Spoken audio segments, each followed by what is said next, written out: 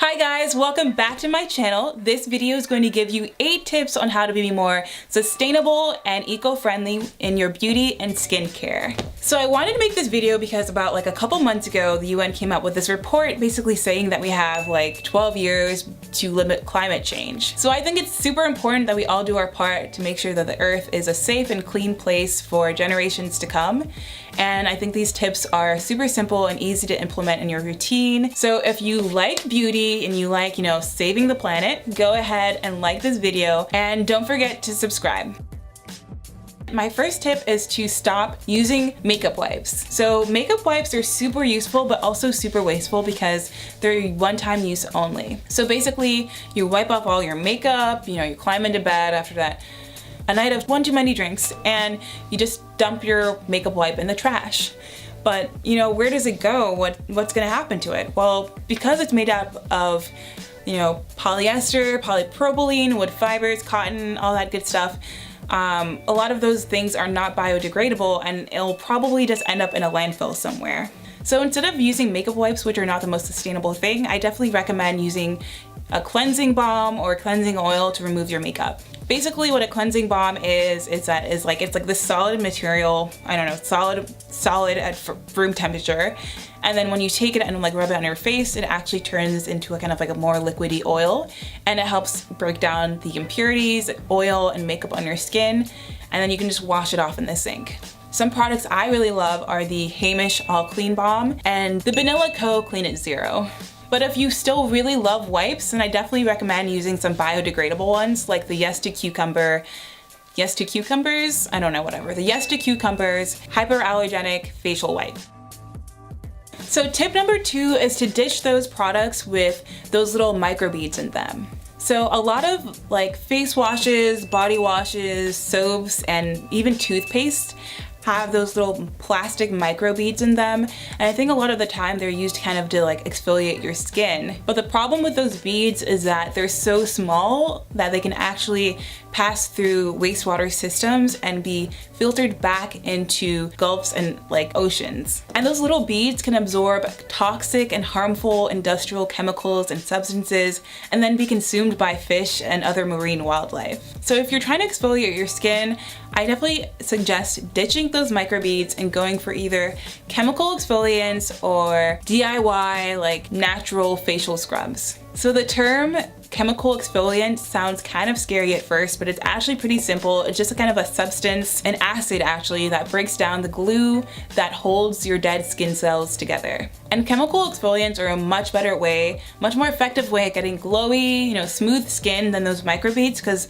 those microbeads can actually cause little tears in your skin. So tip number 3 is to conserve water. I know this sounds super simple, but it's so easy to do, and I know that your parents have yelled at you before, so don't act like you've never heard it before, just do it. Do it! Just do it! When you're brushing your teeth or washing your face, just make sure the tap isn't running, turn it off. And another good way to conserve water is to only shower when necessary. I know we all love to do it. I literally love taking showers. It's literally the only thing that gives me joy anymore in life. Sorry guys, that got really dark. But showers can definitely be limited to conserve water. Tip number 4 is to buy in bulk. So what I mean by this is to buy those big ass family size containers of product from Costco and Walmart. Well, maybe not Walmart. Walmart is kind of problematic. But buy those family size containers of products versus those little tiny itty bitty travel sized ones, because you're using less packaging per volume of product. And you're also just gonna save a ton of money, so you're welcome. So tip number 5 is to avoid the plastics. Who are the plastics? They're teen royalty. That's Karen Smith. She is one of the dumbest girls you will ever meet. I'm kind of psychic. Really? It's like I have ESPN or something. So I mean plastic containers, plastic bottles, things like that, and go for glass instead, because glass, when it's recycled, gets turned into more glass. And the same can't be said of plastic. When plastic is recycled, it's actually turned into stuff like plastic lumber, whatever that is, and carpet padding. So basically it's not really recycled, it's more downcycled. So every time you use a plastic bottle or a plastic container or a product that is in a plastic container, completely new resources went into making that plastic container. So glass is a much more eco-friendly, sustainable material because every time you use glass, it can be returned into more glass, which is great. So obviously it's not super convenient carrying like glass containers around, so that's totally fine. Use plastic if you need to, but the most important thing of all is just to recycle. So tip number 6 is kind of a hard one, but it's to avoid products with palm oil in them. So palm oil is a really touchy subject because it's kind of in so many of the products that we consume every day.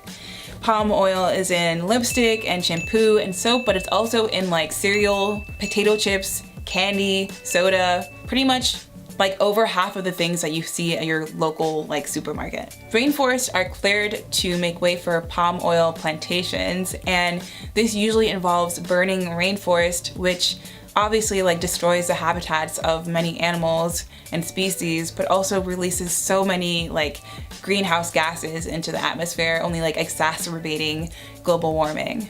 So like this tip is kind of not so simple. It's obviously really hard to avoid palm oil. Like if you look at your ingredients of your products, you'll probably see palm oil in a lot of them. But I think it's just to kind of remind you guys to look at the ingredients list of your products, really think about, where these are coming from and what impact they're having on the environment. So tip number 7 is to avoid chemical sunscreen. So chemical sunscreen is bad because it usually contains oxybenzone, am I saying that right? Oxybenzone and octinoxate.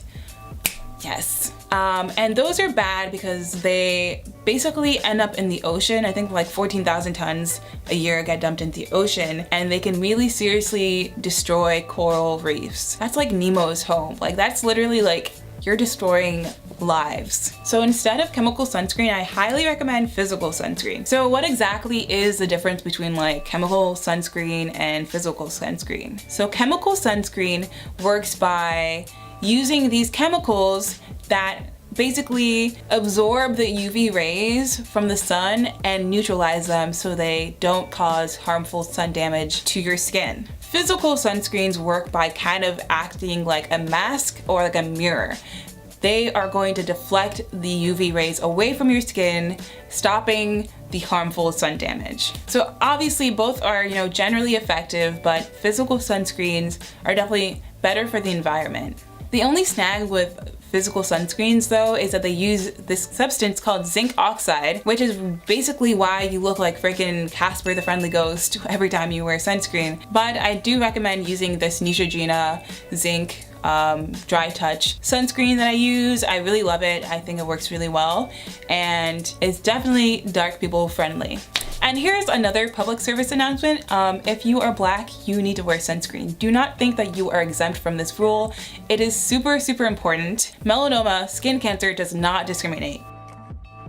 So tip number 8, my last tip on this list, is to stop wasting product. Literally use as much of that product as you can. If you finish a tube of whatever, of toothpaste, face wash, whatever it might be, literally take a scissors, cut it open, and start digging out of that, because it's so important to utilize all the product that we have. It means that 1, you'll be saving money, you're welcome, but 2, you'll be using as much product as you can, getting the most out of the resources that have been put into that product, and ultimately consuming less.